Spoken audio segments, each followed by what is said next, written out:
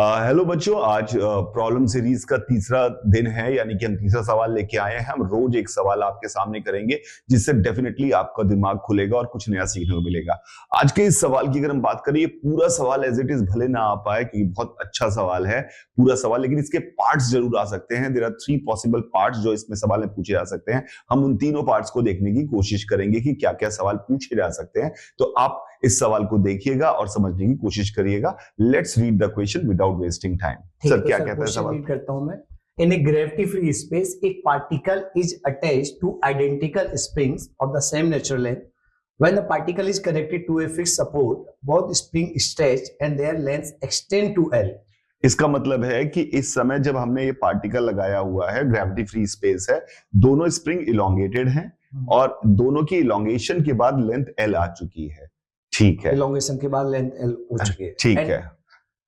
अगला उसके बाद क्या, if the particle is given a very small displacement within the plane of the support and the springs, it begins to oscillate in a figure 8 shape trajectory, जैसा कि diagram में show कर अच्छा, इसी में अगर हम इसको तिरछा कहीं पे खींच के छोड़ दे रहे हैं तो ये 8 बना के ऐसे 8 बनाने लग रहा है, 8 बनाने लग रहा है। इस तरह का ऑसिलेशन ये प्रोड्यूस कर रहा है, इस तरह का ऑसिलेशन प्रोड्यूस कर रहा है। तो हमें क्या करना है सर? सॉल्व क्या करना है? नेचुरल लेंथ पूछी है स्प्रिंग्स की, नेचुरल लेंथ स्प्रिंग की पूछी हुई है। तो सर सबसे पहली बात, अगर सबसे मुश्किल तिरछा ले जाना तो थोड़ा मुश्किल है, पर अगर हम यहाँ पर देखें कि अगर हम इसको हल्का सा ऊपर नीचे करने की कोशिश करें तो ये क्या करने वाला है? एसएचएम करेगा, जिसमें कि आपको दोनों स्प्रिंग्स पैरेलल में मान सकते हैं और वो एसएचएम कर रहा होता।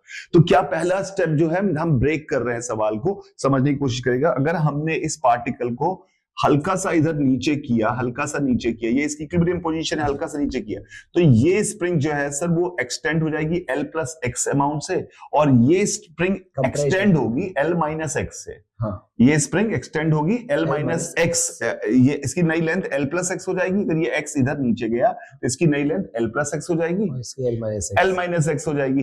तो इसका मतलब है कि ऊपर वाली स्प्रिंग का फोर्स जो है वो kx बढ़ा है ऊपर की तरफ, और इसका फोर्स kx घटा है ऊपर की तरफ। तो ओवरऑल जो नेट फोर्स बढ़ा होगा ऊपर की तरफ, क्या वो रीस्टोरिंग फोर्स हो जाएगा सर? हाँ। वो रीस्टोरिंग फोर्स 2kx हो जाएगा।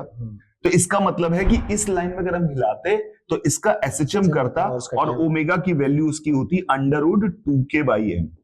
ओमेगा की वैल्यू होती है √2k/m। Am I right sir? Yes sir. Omega की वैल्यू √2k/m होती है, यानी कि अगर हम इसको इस दिशा में स्प्रिंग के लॉन्ग चलाते तो इसका ओमेगा √2k/m होता। ठीक है, अब हम इसको राइट साइड एकदम स्ट्रेट राइट ले जाते हैं। राइट ले जाएंगे तो हमें ये पता है ये वापस पुल बैक करेगा क्योंकि वर्टिकल फोर्सेस कैंसिल हो जाएंगे। हॉरिजॉन्टल वाले इसको, और वर्टिकल कहना सही नहीं है पर ग्रेविटी फ्री स्पेस है, पर दिखाने के लिए डायग्राम कि ये वाले फोर्स कैंसिल हो जाएंगे, ये वाले फोर्स रह जाएंगे। तो इस केस में क्या होगा सर? इस केस में अगर हम बात करें तो ये यहां पर अगर आया, ये पार्टिकल इस जगह आ रहा है, तो ऑलरेडी स्प्रिंग इलोंगेटेड है, फोर्स उसमें है, तो उसका इलोंगेशन को हम लगभग सेम मान सकते हैं क्योंकि उसमें जो चेंज आया होगा वो नेग्लिजिबल। तो अगर हम इसको इधर की तरफ y ले जाते हैं लेट से, तो इसमें ऑलरेडी एक फोर्स लग रहा था, इधर की तरफ लगेगा sir KL minus L not का। हाँ। और इधर की तरफ लग रहा था force sir KL minus L not का, इधर की तरफ फोर्स लग रहा था। तो इनके वर्टिकल कंपोनेंट जो है वो कैंसिल हो जाएंगे, हॉरिजॉन्टल कंपोनेंट ले आएंगे। तो अगर मैं इसका ये एंगल को अगर मैं थीटा बोलने की कोशिश करूं सर, ये एंगल, तो हमें दिख रहा है कि इन दोनों का जो साइन थीटा वाला कंपोनेंट है वही रिस्टोर कर देगा। तो रिस्टोरिंग फोर्स इस केस में कितना आने वाला है? 2 times KL minus L not sine theta. Sine theta को हम लिख सकते हैं y/L। तो y/L ये हमारे पास सर रीस्टोरिंग फोर्स हो जाएगा सर। अगर ये रीस्टोरिंग फोर्स हो जाएगा तो इस केस में अगर ये इधर ऑसिलेट कर रहा है, तो इसका मतलब है कि इस केस में ओमेगा, इसको ओमेगा 1 बोल देते हैं, ओमेगा y बोल देते हैं y दिशा में, और ओमेगा x की वैल्यू अगर हम निकालें तो वो आ जाएगी √2kL minus L not divide by ml, ये आ जाएगी सर। तो यानी ये दोनों सवाल, ये वाला सवाल और ये वाला सवाल दोनों ही पूछे जा सकते थे कि इसको हल्का सा राइट ले गए तब क्या होगा। इस तरह के सवाल हमने बार बार किए, जो रस्सी टाइट रहती है हल्का सा ले जाते हैं तो t cos थीटा, जो इस तरह के सवाल आपने किए होंगे कि अगर हमने रस्सी टाइट की हुई है, यहाँ पर एक छोटा सा बीट टांगा, वो हल्का सा डिस्प्रेशन किया तो ये ऊपर नीचे करेगा तो t के ही वर्ड, वही सेम सवाल तो है, इसको साइड में लेके गए। तो ये दोनों इस दिशा में और इस दिशा में एसएचएम करना स्टार्ट कर दिया।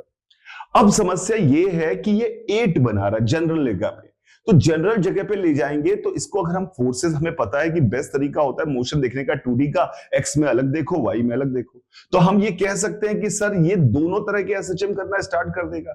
यानी इधर अगर हम तिरछा खींच के ले जाएंगे तो ये वाला एसएचएम भी करने लगेगा और ये वाला एसएचएम भी करने लगेगा, और नेट मोशन उन दोनों का रिजल्टेट होगा। इसका मतलब है कि नेट मोशन जो है वो दोनों का एसएचएम आ रहा है, नेट मोशन दोनों का जो आ रहा है, नेट एसएचएम का रिजल्टेंट जो भी होगा वही एसएचएम होगा। तो इसका मतलब है अगर मैं इसको ओमेगा एक्स कह रहा हूं, इसको ओमेगा वाई कह रहा हूं और एम्पलीट्यूड हमें पता नहीं है, तो क्या मैं सर ये कह सकता हूं कि इसका जो इक्वेशन होगी वो कुछ इस तरह की होगी, A sine omega X T I cap, ठीक है, प्लस बी, मुझे एम्पलीट्यूड पता नहीं है, sine omega Y T J cap, ये इसका होगा रिजल्टेंट मोशन, ये इसका रिजल्टेंट मोशन है। अब ये बोल रहा है कि रिजल्टेंट मोशन जो इसका हो रहा है वो 8 बना रहा है, तो इसके लिए वो प्रेजुडिस है यहां पर कि आपने पहले लिसाजोस फिगर के सवाल देखे हो कि 2 लाइन के एसएचएम का रिजल्टेंट क्या होता है जब उनके ओमेगा का कुछ रेशियो पता होता है, तो ये मुझे पता है। तो मैं आपको उसको समझाने के लिए हम एक लिसाजोस फिगर का एक बेसिक एग्जांपल लेते हैं, बहुत सारे हो सकते हैं, जैसे कि अगर हमारे पास लिखा हो R is equal to A sine omega T I cap, अगर हमारे पास है, और यहां लिखा है B sine omega 2 omega T J cap, ये मुझे पता है, ये सवाल भी आ सकता है। ये तीसरा सवाल है जो आपको आ सकता है, इसमें पूछ सकता है कि वो किस तरह के शेप में चल रहा होगा, क्या वो ऑसिलेशन कर भी रहा होगा कि नहीं कर रहा होगा, क्या वो एग्जैक्टली कैसा मोशन कर रहा है, इसके बारे में बात की जाएगी, तो ये हमें समझ में आना चाहिए। वैसे इसका रिजल्टेंट मोशन ये आने वाला है ये, तो अब इसका देखते हैं कि कैसे होगा। अब आपने देखा कि ये सर एक पीरियोडिक फंक्शन है, ये भी एक पीरियोडिक फंक्शन है सर, इसका पीरियड जो है वो है 2 पाई बाई ओमेगा, और इसका पीरियड जो है सर वो है pi by omega, 2 pi by 2 omega. तो ये वाला सर तेजी से कर रहा है।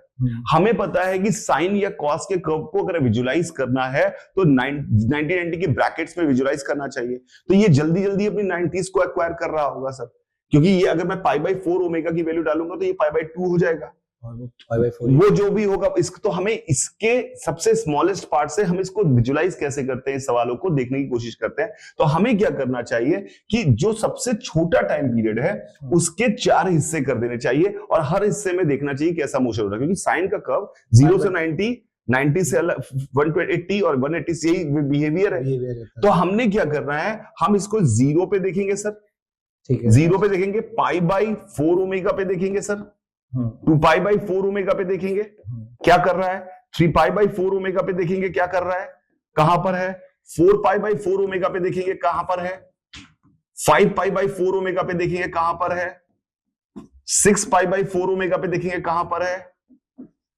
7 पाई बाई 4 ओमेगा पे देखेंगे कहां पर है, और 8 पाई बाई 4 ओमेगा पे देखेंगे कहां पर है। 8 पाई बाई 4 ओमेगा ऑब्वियसली यही 0 वाला पॉइंट है, तो दोनों को हम ये देखेंगे। तो इन पॉइंट्स पे देखने का फायदा क्या हुआ कि हमने इसके भी पूरे पीरियड को एनालाइज कर लिया, इसके भी पूरे पीरियड को एनालाइज कर लिया, और इसके जो छोटा वाला पार्ट है उसी को ब्रेक करके देखा है। तो ये सवाल भी आ सकता है, इसमें कभी 2 आ सकता है, कभी 3 आ सकता है, कभी 4 आ सकता है, कभी साइन आ सकता है, कभी कॉस आ सकता है, तो इस तरह का सवाल आपके सामने आ सकता है। तो एनालाइज करने का तरीका सीख लीजिए। ये सवाल एज इट इज आ सकता है आपके सिलेबस में कि ये जो पाथ हो रहा है इसका पाथ कैसा होगा, ये कैसे मोशन करेगा, क्या ऑसिलेट करेगा कि नहीं करेगा, क्या है। तो आर हमारे पास ये है सर। तो अगर मैं टी, अगर इसको मैं ड्रॉ करने की कोशिश करूं सर कि कहां पर क्या है, अगर मैं इसको ड्रॉ करने की कोशिश करूं तो टी इक्वल टू 0 पर सर दोनों टर्म 0 है, 0 हो जाएगा। तो इसका मतलब है ये हमारा स्टार्ट, ये हमारा पहला पॉइंट है, ये पहला पॉइंट मिल गया टी इक्वल टू 0 पे। अब हमें पाई बाई 4 ओमेगा पे देखना है सर, तो पाई बाई 4 ओमेगा पे अगर देखेंगे तो ये a बाई रूट 2 हो जाएगा, a बाई रूट 2 होगा और ये b होगा। तो a बाई रूट 2 समवेयर यहां मान लेते हैं, b यहां मान लेते हैं, तो ये यहां कहीं होगा।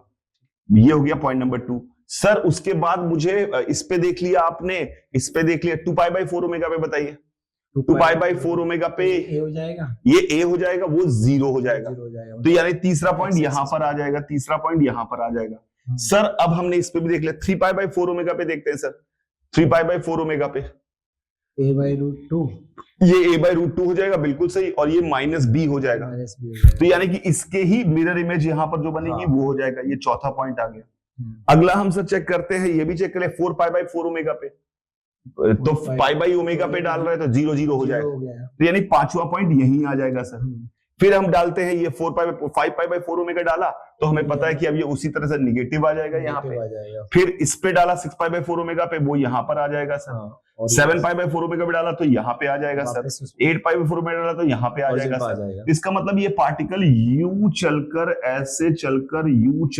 ऐसे आ रहा होगा।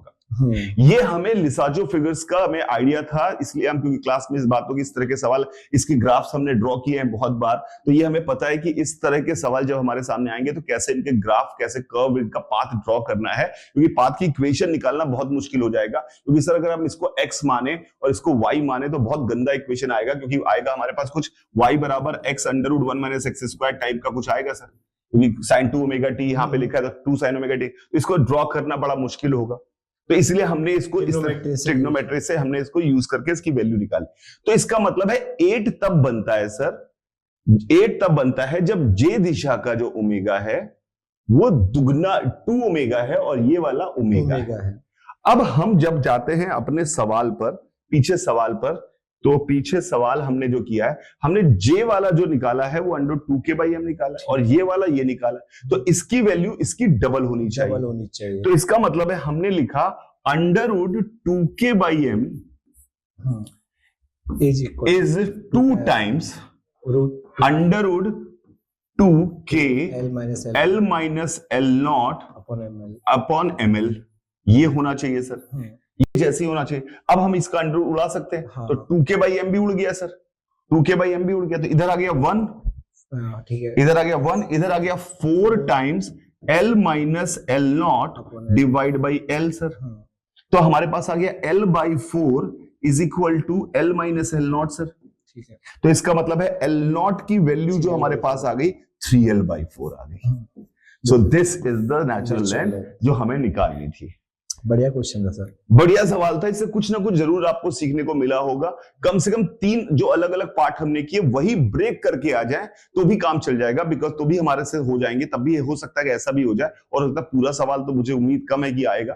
पूरा सवाल तो बस थोड़ा हायर लेवल जिनको फिजिक्स में बहुत इंटरेस्ट है उनके लिए है, जे एडवांस इतने भी फिजिसिस्ट को चेक नहीं करता है। I hope you got this point. Thank you very much. Bye रहेगा सभी को, एंजॉय योर लाइफ।